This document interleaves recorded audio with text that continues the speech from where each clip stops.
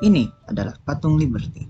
Patung Liberty merupakan salah satu monumen yang khas dari Amerika Serikat yang melambangkan kebebasan pada negaranya, di mana kebebasan juga merupakan dasar dari ideologi liberalisme.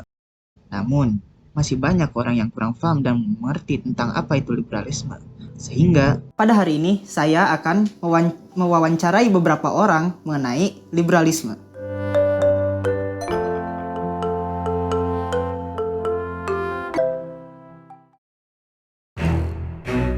Nah, kita kan sering mendengar istilah liberalisme. Nah, apa sih itu liberalisme? Pengertian liberalisme adalah ideologi politik yang berpusat pada kebebasan individual yang memiliki hak untuk melawan pemerintah, hak atas proses hukum, hak atas rasa hormat, dan hak atas kebebasan berekspresi, beragama, bertindak, dan berideologi. Nah, kan kita sudah tahu apa itu liberalisme. Bagaimana dengan sejarah awal terbentuknya liberalisme dan perkembangannya sampai sekarang? Jadi untuk sejarah liberalisme itu sendiri, liberalisme lahir atas tingginya ambisi pemerintah karena berkembangnya industri dan ekonomi yang menyebabkan diadopsinya peraturan ekonomi yang dinamakan merkantilisme atau aturan yang mempromosikan pemerintah untuk mengatur aspek-aspek dalam ekonomi. Namun, aturan itu ditantang oleh rakyat menengah yang merasa bahwa itu hanya akan menguntungkan kepada pemerintah. Tantangan ini adalah faktor yang besar dan terjadinya revolusi besar di Inggris dan di Prancis seperti English Civil War tahun 1642 sampai 1651, Glorious Revolution tahun 1688, American Revolution tahun 1775 sampai 1783, dan French Revolution yang terjadi pada tahun 1789. Ide politik yang membantu untuk menyebabkan revolusi-revolusi tersebut diformalkan dalam bentuk karya tulis oleh Leviathan, berpendapat bahwa kekuasaan pemerintah dibenarkan oleh yang diperintah. Ia menyetujui kontrak sosial untuk tunduk kepada pemerintah dan sebagai gantinya. Yang diperintah akan mendapat kedamaian dan keamanan. John Locke menambahkan bahwa jika kedua hal tersebut tidak dipenuhi, maka akan terjadi revolusi.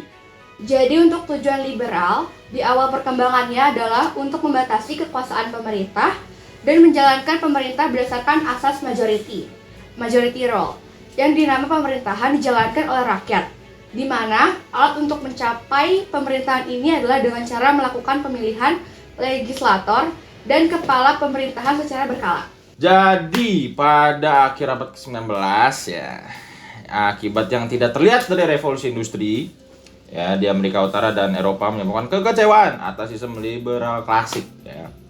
Di mana masalah utamanya adalah terpusatnya kekayaan pada industrialis ya, finansialis yang menyebabkan beberapa efek yang buruk seperti banyaknya pekerja yang gagal untuk mendapatkan pekerjaan ya, mendapatkan kekayaan ya, dua itu ya. Finansialis yang menyebabkan beberapa efek yang buruk seperti banyaknya pekerja yang gagal untuk mendapatkan kekayaan atas hasil pabrik yang menyebabkan pekerja untuk hidup dalam kemiskinan ya.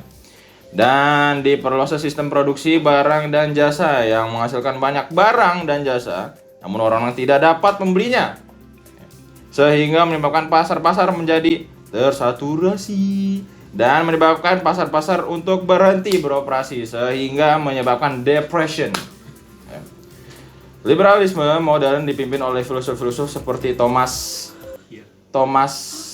Hill Green, di mana menurut Green kekuasaan pemerintah yang berlebihan mungkin merupakan hambatan terbesar bagi kebebasan di masa lalu. Tetapi pada pertengahan abad ke-19 kekuasaan ini telah sangat dikurangi atau dihilangkan. Oleh karena itu waktunya telah tiba untuk mengalih rintangan lain seperti kemiskinan, penyakit, diskriminasi, dan ketidakpedulian yang hanya dapat diatasi oleh individu dengan bantuan positif dari pemerintah, sehingga tujuan liberal yang baru adalah untuk menggunakan kekuatan pemerintah untuk memenuhi kebebasan individual ya. Tadi kebebasan individual yang tidak melalui pemerintahan dapat membangun sekolah, rumah sakit, dan membantu orang yang membutuhkan untuk membuat orang-orang menjadi benar-benar bebas. Nah, kalau penerapannya pada masyarakat dan pemerintahan bagaimana tuh? Ya, jadi penerapannya ada politik, yaitu di mana terbentuknya parlemen sebagai lembaga pemerintahan rakyat, yaitu di mana rakyat menyalurkan hak-hak politiknya. Yang kedua ada ekonomi, adanya kebebasan berusaha seluas-luasnya bagi kalangan swasta dan pemerintah dilarang ikut campur dengan urusan ekonomi. Yang ketiga, adanya pandangan bahwa agama adalah urusan pribadi seseorang. Pihak lain dilarang untuk mencampurinya, sebab urusan agama adalah urusan menyangkut seorang individu dengan Tuhan. Yang terakhir, ada pers dan sastra, yaitu adanya kebebasan bagi setiap orang untuk mengeluarkan pendapat, baik melalui tulisan maupun lisan. Setiap hal kan memiliki kekurangan dan kelebihan nih. Untuk ideologi liberalisme ini, apa saja sih kekurangan dan kelebihannya? Kelebihan ya? Kalau dilihat dari pengertiannya sih ya, ideologi politik yang berpusat pada kebebasan individual. Jadi yang pastinya itu setiap orang mendapat hak dan kebebasan yang sama ya dalam bermasyarakat. Terus ada keinginan serta inisiatif dari masyarakat untuk berkembang menjadi lebih baik, menimbulkan persaingan yang positif pada masyarakat sehingga semua orang ingin menghasilkan produk yang bermutu tinggi. Terus ada kebebasan individu dalam mempunyai partai politik tanpa intervensi dari pihak lain.